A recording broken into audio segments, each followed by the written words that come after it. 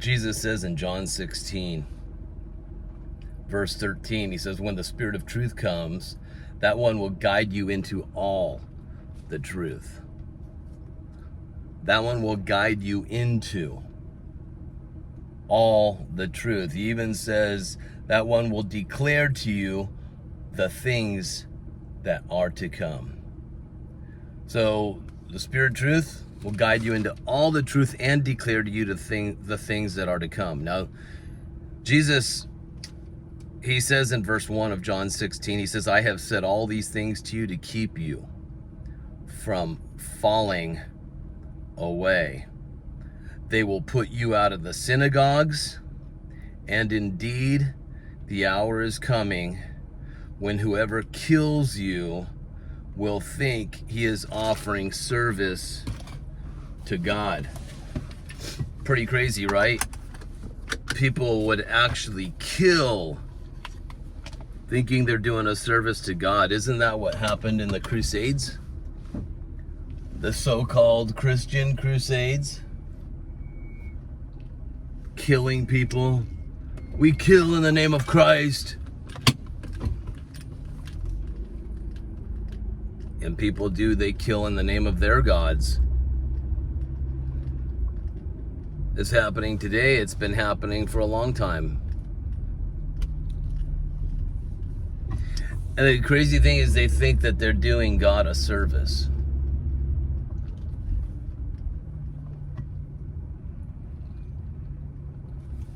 Now,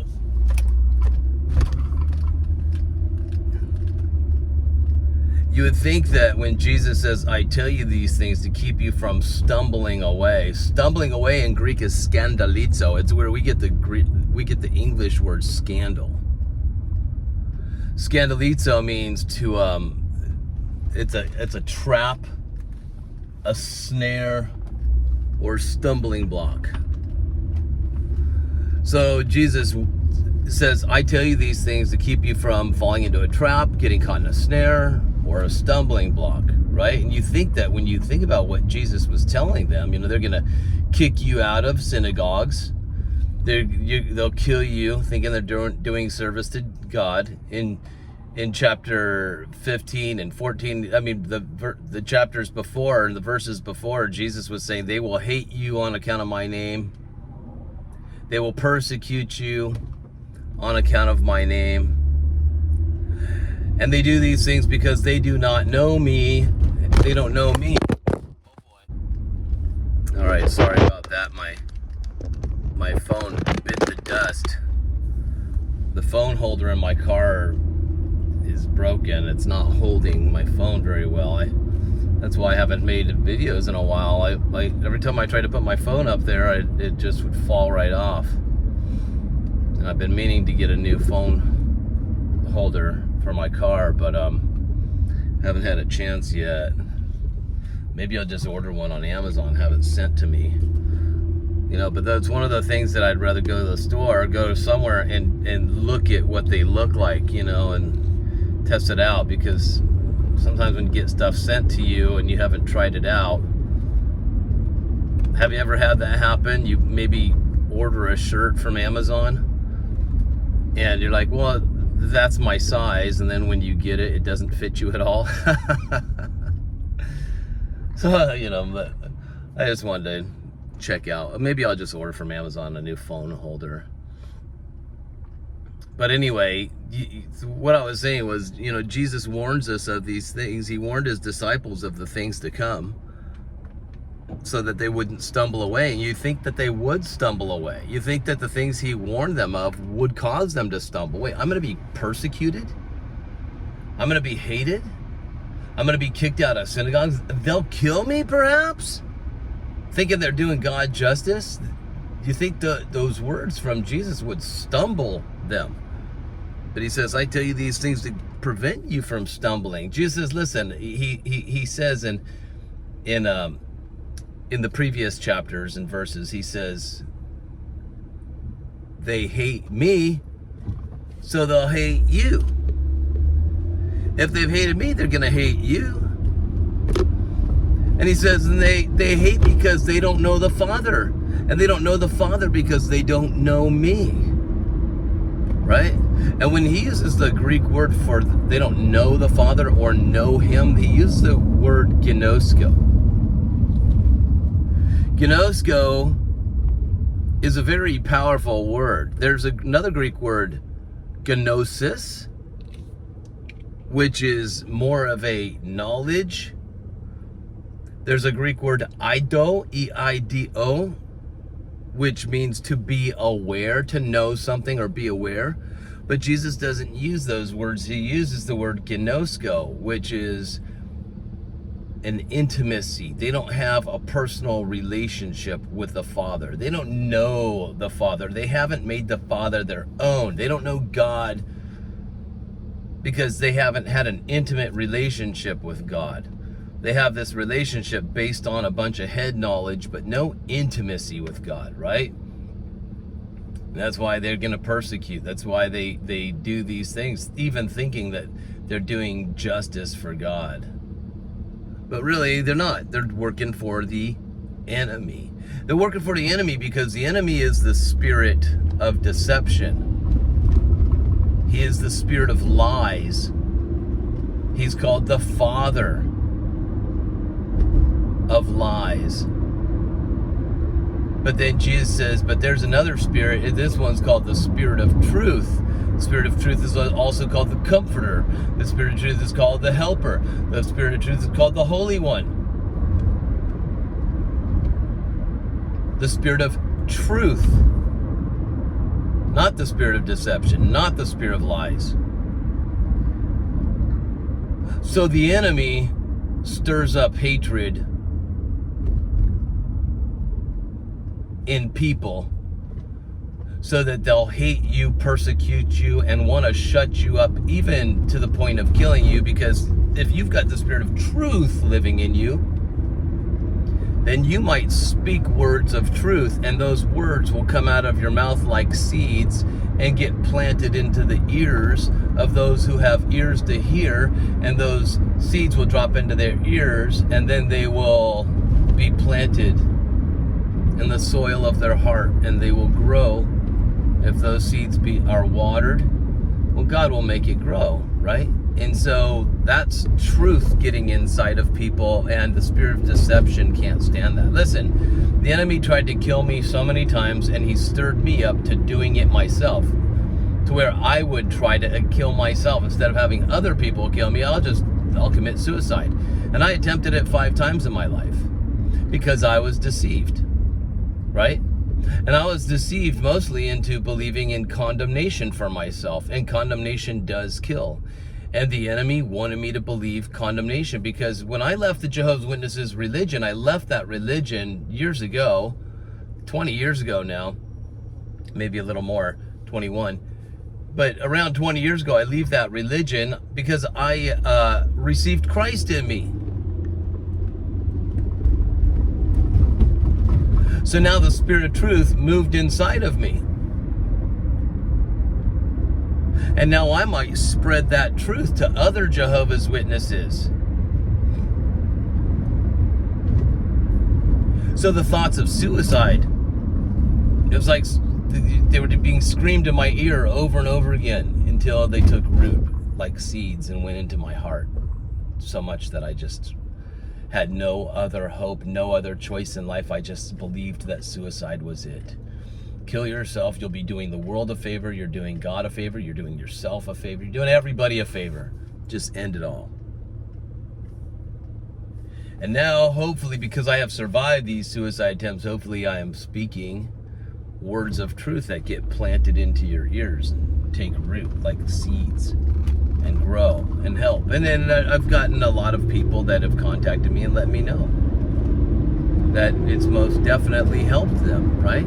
Especially with condemnation. That's a terrible battle.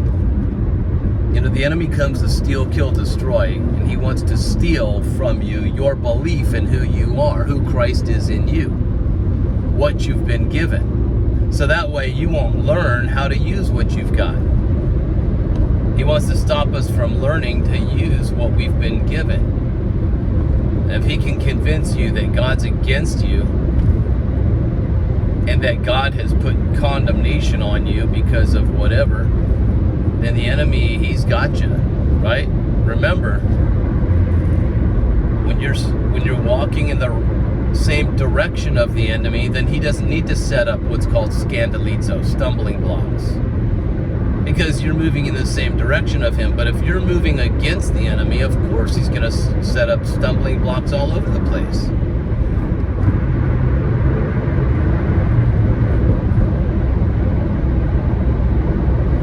When I was leaving the Jehovah's Witnesses religion, there was a lot of things that happened to me. Jesus talks about persecution on account of his name, and I'm like, yeah. Jesus talks about getting kicked out of the synagogues on account of his name. I'm like, I remember when I left the Jehovah's Witnesses religion, I went to one of their big gatherings one day. They have what they call an assembly. And I went to one of these assemblies where a bunch of them meet together from different locations in San Diego. And they meet at one place. And I thought, you know what? I want to go there. Not so I can learn more and become a Jehovah's Witness again and look back. No, I honestly, I wanted so bad to share with other fellow Jehovah's Witnesses, people that used to be friends of mine, maybe even family members and such. I wanted to be able to go there and hopefully get into conversations with people. And I'm telling you, not one person would talk to me. They looked at me like I was evil walking into their presence, right? The only thing that they didn't do is take their hands and touch me and try to escort me out.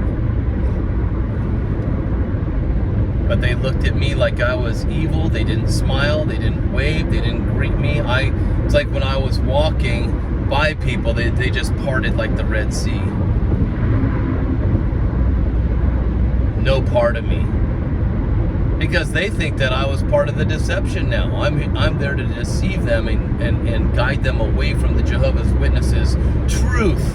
Because the Jehovah's Witnesses call their religion the truth. That's the name of their religion. That's what they use, the truth. Are you in the truth? Yes, I'm in the truth. So am I. We're in the truth. So many Jehovah's Witnesses say the word the truth. It sticks to them. Even my dad, who's not been a Jehovah's Witness since 2015, I went and had breakfast with my dad on Monday. Today's Wednesday. So on Monday, just a couple days ago, was my day off. So I drove over to my dad's house, picked them up. We drove to a restaurant he wanted to go to, and we had breakfast together. And when we were talking, he was talking about, these people that are in the truth, how messed up a lot of these people are that my mom associates with, that are in the truth. See, he doesn't believe it's the truth anymore, but he's so used to calling that religion the truth that he still calls it the truth. I wanted to correct him, but I just let it go. Right? And then he ended up correcting himself. My dad's got that German accent. You might have seen him in one of my videos. I interviewed him in a video. Yeah? I know I keep calling it the truth when it's actually not the truth, but it's just what I'm so used to saying, the truth. I didn't even say nothing. He caught himself, so that was good. Hey, by the way, do you know when we had breakfast together, my dad and I, do you know that when the waitress came over to have us pay the bill, she said, your breakfast has been paid for. And I look at her, I'm like, what? And I look at my dad, like, how did you pay for it? How did you do that? I've been with you the whole time. And she says, there was a girl that was sitting across at the table next to you, and she paid for your guys' breakfast. And that girl wasn't there anymore. Somebody that didn't even want recognition or anything, didn't want us to come over there and thank you so much or praise you. That person left, paid for our breakfast and everything. I'm like, that is so awesome. That's a great act of kindness. Yeah, that was really cool. It kind of blew my dad and I away. Anyway, back to this truth stuff. So when I went to the meeting, the gathering, the assembly of Jehovah's Witnesses, of course they thought I was there to take them out of the truth. No, I was hoping that I could plant seeds of truth in their ears so that they could get out of the lie. And listen, I didn't have everything figured out. Truth was my foundation. The Holy Spirit resided in me. I wasn't even aware that the Holy Spirit resided in me. That took me a lot longer to figure all that stuff out. What? I've got Christ in me. I'm one spirit with the Spirit of Christ. What? Right?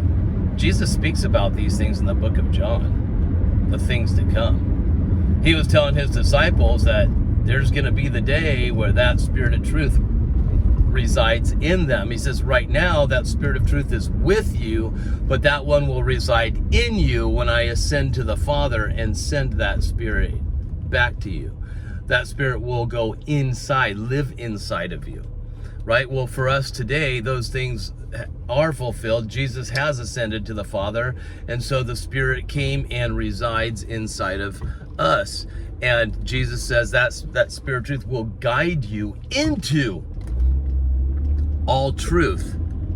So my spirit is already the Spirit of Christ, right? Your spirit's one spirit with the Spirit of the Lord. So you have the Spirit of truth. It's getting your head to catch up. Your head, your mind is playing catch up. That's why Paul says in Romans 12 that you could be transformed by the renewing of your minds. He didn't say the renewing of your spirit. He said the renewing of your mind. Your mind needs to catch up with the Spirit. So it's all playing catch up, right? I mean, the greatest war that we have is the war inside of our heads. So over time, I'm being guided into more and more truth. And Jesus said that the Spirit of truth will tell you all things. Will tell you, show you, prepare you, give you a heads up. Will keep you posted on the things that are to come. So if you're worrying about what's happening next in the world, what's going to happen next, well, Jesus says, don't let your hearts be worried, neither let them be afraid. He says that in the book of John. John's a powerful book. I highly recommend reading it. I'm almost finished with studying the book of John, and it's just been amazing. But let not your hearts be worried, neither let them be afraid. See, he's telling us stuff so that we won't stumble away, so we won't think that why didn't God give us a heads up? This stuff caught me so off guard. Let me ask you, did this corona stuff catch you off guard? I mean, I know that we probably weren't thinking, hey, there's going to be this virus and it's going to be called corona and it's going to have the number 19 attached to it. I know that we didn't know all the details. But there's many of us that haven't been caught off guard. We're not surprised. We've been expecting something crazy because we knew persecution and tribulation was to come. We just didn't know all the details of exactly how it would pan out, but it's happened. Many of us aren't shocked that they're pushing everybody to get the solution to the problem, the you-know-what put in them. Many of us are not shocked about that because we know there's going to be the day that they're going to say, hey, take this thing, it's called the mark of the beast, and if you don't take it, you won't be able to go buy or sell. You won't be able to go to work. You won't be able to go shopping. You won't be able to take care of the needs that you need. You need the mark of the beast. You better take it. All you gotta do is worship the beast and its image, and we'll make that mark yours. And there's gonna be a lot of people that take it because they're like, well, I need to go shopping and I need to still go to work and provide for my family. And this thing that they're doing today, it's definitely a warm-up. It's getting people used to submitting and taking whatever the authorities tell you.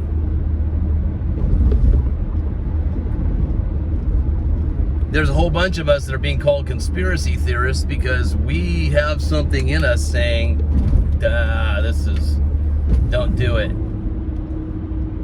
Even though many of us don't believe that this is the mark of the beast, but we still, just because we see it as a warm-up, as there's something fishy going on, we got a check mark in us, and so we're not moving ahead, going for it, doing what the authorities are telling us, mostly the media, right? Well, media, politicians, even religious authorities. You'd be surprised. Well, anyway, expect more name calling, expect to be called a conspiracy theorist. When I left the Jehovah's Witnesses religion, I was called a conspiracy theorist, besides all the other names they called me, apostate and all these things. But conspiracy theorist was one thing that I got to hear, because they're like, wait a minute, are you telling us you're one guy and you're right, and we have millions of us that are sticking to this religion and we're wrong? So you're one person, you're right, and millions of us have been fooled and we're wrong. And I'm just like, well, I mean, if you want to put it that way, yeah, I guess that's how it is. I wasn't right about everything, but I was right about Christ. And I was right that religious organization of Jehovah's Witnesses is not the truth. It is the deception. And it's ruled by the spirit of deception, the spirit of lies, the spirit of deceit. You understand that? Not the spirit of truth. So you get branded conspiracy theorist, cuckoo, right? And they think you're trying to purposely mislead people. I mean, look at rest in peace, Rob Skiba. Rest in peace, my friend. I don't know if you guys know who Rob Skiba is. I found out he passed away not too long ago, and I think he died from COVID-related stuff, honestly. I think he got sick, I think, from COVID, honestly. And he passed away. So I'm not saying this stuff's not real. It's out there, and it's a weapon, and it's formed against you. But I hold on to the promise of God, the word of God that says, no weapon formed against you shall prosper, shall succeed in accomplishing the very thing it was set out to do, to kill you. Steal your health, kill, destroy, right? Steal, kill, destroy. Well, anyway, so it's real. But, you know, Rob Skiba, he is somebody that I had heard on YouTube a couple of years ago or so. And I think first I was listening to him because he was talking about the Nephilim, and it's something in the Bible that I was, I have found over and over again. And so I was listening to the information he was sharing about Nephilim. And then Rob Skiba kind of started moving toward investigating this talk about flat earth. There's biblical cosmology is what they call it. And are we in a heliocentric place, or is it different? Is the earth spinning around at 1,000 miles per hour and orbiting the sun, or does the Bible have something else to say? So he started sharing these things, and I was hearing of people talking about flat earth and all that, and I thought, this is ridiculous. What? But I started listening, I'm just like, I was curious. Like, okay, why do they believe what they believe? And if you think I'm an idiot for doing that, well, guess what? If I didn't investigate, a lot of Jehovah's Witnesses thought I was an idiot for even investigating the religious, beliefs. And I was called all kinds of sorts of names for doing that. So I investigate things, but if I hadn't investigated things, I might still be a Jehovah's Witness today. I might be ignoring Jesus, who stands at the door knocking, saying, hey, I knock. I stand at the door and knock. Why don't you open up? Let me in. I'll come in and dine with you. So I might still be ignoring his knocking. No, I'm too busy. Leave me alone, whoever you are. Go away. But I investigated. So Rob Skiba was somebody that was investigating this flat earth and sharing his findings, and he was getting all sorts of heat from people. Let me tell you, he was being kicked out of synagogues. He was being cut off from fellowship from people. All sorts of nasty things were being said about him, and a lot of other people that have gone along with this flat earth stuff and actually believe it to be true from the Bible. Right? And you gotta just do your own research. I'm not here to talk about flat earth today. I just used it as a for instance because Rob was somebody that was getting a lot of heat and being persecuted for it. right? And people thought he was purposely trying to mislead others. And no, he was just investigating. He said, there was a saying he said, and it stuck to me when he said it. And I'm like, amen. He said, condemnation before investigation. That's what most people do. They condemn before they investigate. Condemnation before investigation. He was encouraging investigation before condemnation, right? Why was he saying these things? Because, it's like me with the Jehovah's Witnesses stuff. There's millions of them and one of me, and they all believe these 8 men out in New York that teach them the stuff that they're supposed to believe. So I'm like, well, is it possible that this group called NASA could actually be giving us false information and people buy into it? Not only NASA, but other affiliate organizations and stuff that are affiliated with it, perhaps. Is it possible? I'm like, yeah, it is possible. I mean, look at when you go to school. When I was in school, I remember evolution being taught as a fact. And in the books, they had pictures of fish turning into something else, eventually being a monkey, eventually that thing becomes a person, right? And so many people believe it. But as you and I were, as Bible believers, we don't believe in evolution. We believe in creation. We know that things do evolve, but we don't believe in the perspective or the theory that they call fact. We don't believe in the way that they're feeding it to us. We see things differently, a biblical perspective. So yeah, can people be fooled by what is called scientism? There's a difference between science and scientism, you guys. Scientism is a religion. If you don't know that, well, you should check into it. Scientism is a religion. Science is different. And most people, they go by scientism instead of science. So anyway, yeah, the poor Rob Skiba, I really liked him, and I think the guy's younger than me, and hearing that he passed recently it's a sad thing, but I do believe that he is with the Lord. Right? And I believe we will see him again someday. But that's the thing, is he took the heat. They name called, they persecuted, he took it all. And it didn't stop him. It didn't stumble him away. He kept pursuing, right? Searching for truth. Whether he was wrong or right, at least he searched out things. And that's what I did as a Jehovah's Witness. I searched things out, and I was led, guided to the truth, like Jesus said. That Spirit of truth will guide you to all truth, not just some, but to all truth. So, be patient, The Lord's guiding you to all truth, and that Spirit of truth that is in you will tell you the things that are to come, right? So we're blessed. We're so blessed to have that Spirit in us. It's such a gift, you guys, if we only knew and appreciated what we've been given. And like I always say, know who you are, know what you've been given, and learn how to use it. Why? Because creation is crying out for us to manifest, the sons of God to manifest, to figure out who they are, what they've got, and how to use it. And you'll see a huge change once we do these things, right? Anyway, I hope this message is blessed to you guys. Thanks for watching. I got to get going, so I love you. I send you my agape love, and hope you all have a great day, and I will see you all in the next video.